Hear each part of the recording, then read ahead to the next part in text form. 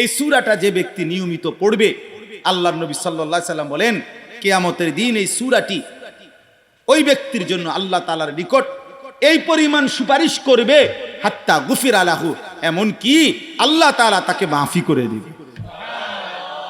আরেক হাদিসে নবী বলছে এই সূরাটি কিয়ামতের দিন যে নিয়মিত পড়বে তার জন্য ফেরেশতার সাথে ঝগড়া করবে, তর্ক করবে। ফেরেশতা বলবে তার গুনাহ বেশি, তার জাহান্নামে নেব। আর এই সূরা মুলক বলবে না না, এই বান্দা আমাকে নিয়মিত পড়তো, আমি যতক্ষণ তারে জান্নাত না দিবে আমি ছাড়বো না তাকে, আমি তার থেকে সরবো না, হাত্তা আদখালাতুল জান্নাহ। নবীজি বলেন শেষ পর্যন্ত এই সূরা ফেরেশতার সাথে তর্ক করতে করতে এই ব্যক্তিকে জান্নাতে ঢুকাইয়াই ছাড়বে। তাবারাকাল্লাযী বিয়াদিহিল মুলক ওয়া হুয়া আলা কুল্লি শাইইন কাদির। আল্লাহর নবী বলেন আল মানিআ আল মুনজিয়া তুনজিহি মিন আযাবিল কবর। এই সূরাটি হচ্ছে বাধাদানকারী, রক্ষাকারী। কিসের থেকে? নবীজি বলেন এই সূরাটি যে নিয়মিত পড়বে আল্লাহ তাকে কবরের আযাব থেকে রক্ষা করবে। তুনজিহি মিন আযাবিল কবর, কবরের আযাব।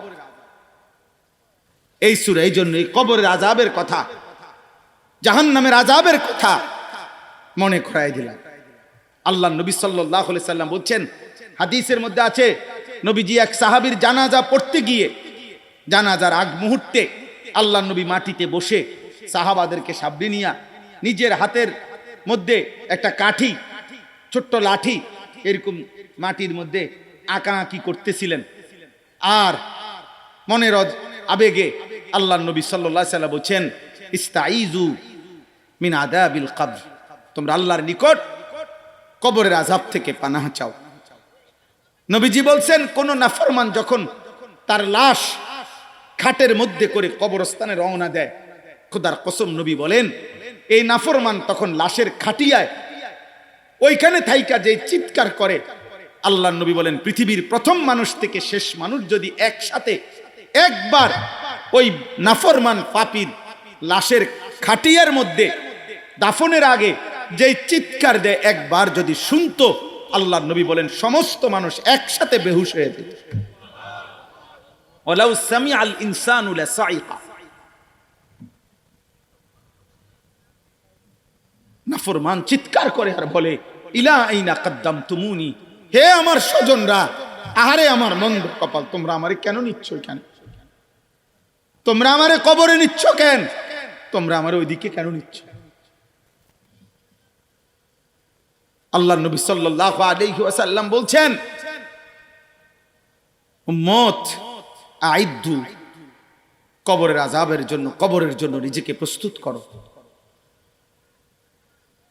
দোস্ত মনে করেন তো একবার, ছেলেরা বাপ মনে করো তো, ফেরাউন মাটির উপরে ছিল কতদিন, মাটির নিচে আজ কতদিন। আবু জাহেল, আবু লাহাব, এই বেঈমানরা মাটির উপরে অহংকার করছে কতদিন, মাটির নিচে আজ কতদিন। সেই বদরের যুদ্ধের দিন আবু জাহেল নিহত হয়েছে, তো আজকে 1447 হিজরি, আর এক বছর মানে নবীজির মক্কায় হিজরতের দ্বিতীয় বছরের শুরুতে বদরের যুদ্ধ হয়েছে রমজানে, তো এক বছর কমাইলে 1446। তো 1446 বছর ধরে আবু জেহেল কবরে আছে। তো আবু জেহেল মাটির উপরে কত বছর ছিল? 1400 বছর, 700 বছর, 350 বছর, বলো না আব্বা?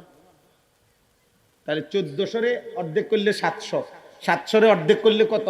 350, 350 আরো অর্ধেক করো না, করতে করতে নয়তো 60 বছর হবে, নয়তো 70 বছর।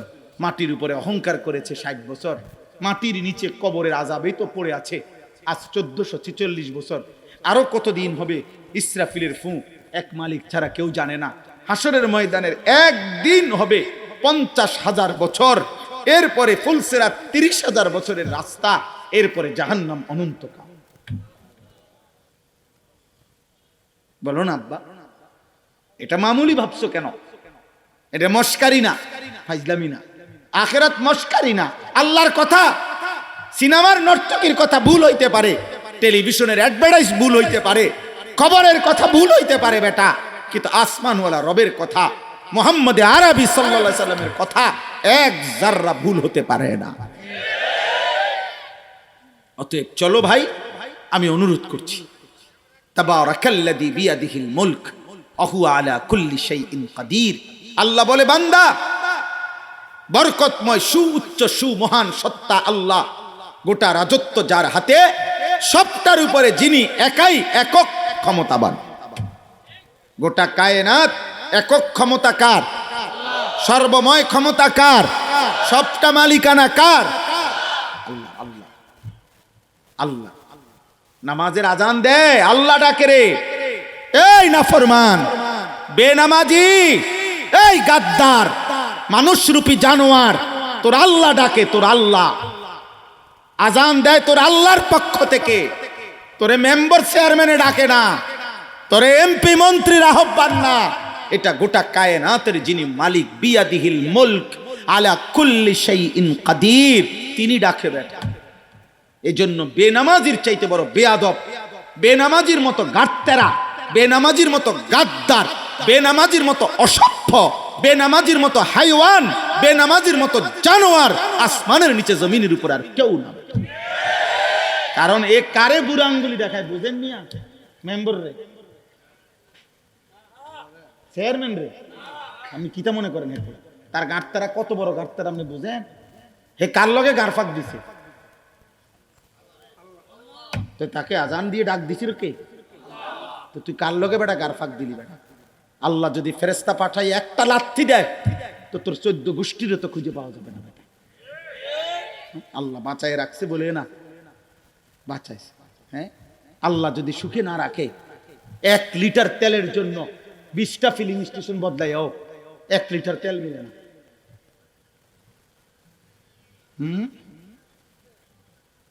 আমি এতক্ষণ আমার পরম শ্রদ্ধেয় উস্তাদ, আমার মুরব্বী আল্লামা শায়েখ সাজিদুর রহমান হুজুর, আমার সরাসরি উস্তাদ। আমি ব্রাহ্মণবাড়িয়া দারুল আরকাম মাদ্রাসারই ছাত্র। আমাদেরকে দিয়ে মাদ্রাসা শুরু হয়েছে 1993 সালে। সর্বপ্রথম আমরা ছাত্র হুজুরের, এই দারুল আরকাম মাদ্রাসার ছাত্র আমি। হুজুরের কাছে আমি এতক্ষণ ছিলাম। সেই মাগরিব পড়ছি দারুল আরকাম, এশার নামাজ জামাতে পড়ে তার বেরিয়েছি। এতক্ষণ আমি হুজুরের কাছেই ছিলাম। তো হুজুর এই রমজানে যখন এই যুদ্ধ শুরু হয়, কাতারে ছিলেন। হুজুর বলতেছেন কাতারের হালাত, সারা আরব, সারা মধ্যপ্রাচ্য প্রতি মুহূর্তে দুঃখ দুঃখ করে কাঁপতেছে। আমাদের কত লক্ষ প্রবাসী, বলো না আব্বা, কত লক্ষ প্রবাসী, তোমাদেরই বাবা, তোমাদেরই ভাই, প্রতি মুহূর্তে বোমের আঘাতের সামনে কে কখন উড়ে যায়। হ্যাঁ, হাজার হাজার কর্মস্থল, লক্ষ লক্ষ উপার্জন যদি বন্ধ হয়ে যায়, এই প্রবাসী যদি দেশে ফিরে আসে, কি হবে তোমার, কি হবে ফ্যামিলির, কি হবে আমার দেশে? বলে হুজুর হিসাব দিছে ওখান থেকে যে মাত্র যতগুলো বোমা ফেলছে মার্কিন ঘাঁটিতে কাতারে, মাত্র 9টা বোমা মাটিত পড়ছে, 8টি উপরেই ধ্বংস করে দিছে। এই 9টা বোমাতেই তস্তস হয়ে গেছে, মানে পুরা দেশের অবস্থা কাহিল। দুবাই ফাঁকা হয়ে গেছে। পৃথিবীর সবচেয়ে বেশি পর্যটক, ভ্রমণ পিপাসু মানুষ সারা ইউরোপের সবচেয়ে বেশি ভ্রমণে যায় দুবাই। সেখানে এখন একজনও নাই। আমার ঘনিষ্ঠ মানুষ দুবাই থাকে আমাদের। তো এখানে আমাদের তোমাদের আত্মীয় স্বজন, বাপ ভাই প্রবাসী নাই। তো তুমি মোবাইল টিপো, তুমি নর্তকী দেখো, তোমার আব্বা তোমার লাগে টাকা পাঠাইতেছে, তুমি দেখো উলঙ্গ ছবি, তোমার এমবির টাকা, তোমার উলঙ্গ নর্তকী দেখার টাকা তোর বাপ পাঠাইব। অপেক্ষা করবে, অপেক্ষা কর। আল্লাহ যদি নিরাপত্তা না দেয় তো ভিক্ষা করবার জন্য থালাও পাইতাম, থালাও মিলবে না। এই জন্য চলে আল্লাহর দিকে ফিরি, বলেন ইনশাআল্লাহ। আল্লাহ আমাদেরকে তৌফিক দান করেন, আল্লাহ আমাদেরকে কবুল করেন। আল্লাযী খালাকাল মাউতা ওয়াল হায়াতা লিয়াবলুয়াকুম আইয়ুকুম আহসানু আমালা আল্লাহ বলেন মৃত্যু আমি দেই, জীবন আমি দেই, বাঁচতে দেই আমি বান্দা। কেন? আখিরাতের জন্য কে কত সুন্দর আমল করে এটার পরীক্ষার জন্য, এটার পরীক্ষার জন্য। হুয়াল আজিজুল গাফুর, আমি চাইলে পূর্ণ ক্ষমতাবান, শাস্তিও দিতে পারি পূর্ণ। আবার আমি গাফুর, প্রচন্ড ক্ষমাশীল, ইচ্ছে করলে মাফও করে দিতে পারি পূর্ণ। অতএব বান্দা আমার দিকে ফেরো। কার দিকে? আল্লাহর দিকে। কার দিকে বলো ভাই? এই জন্য ছেলের আব্বা হাত জোড় করে বলি, তোমরাই খবর নাও আব্বা, আমার বাংলাদেশের খবরটা নাও।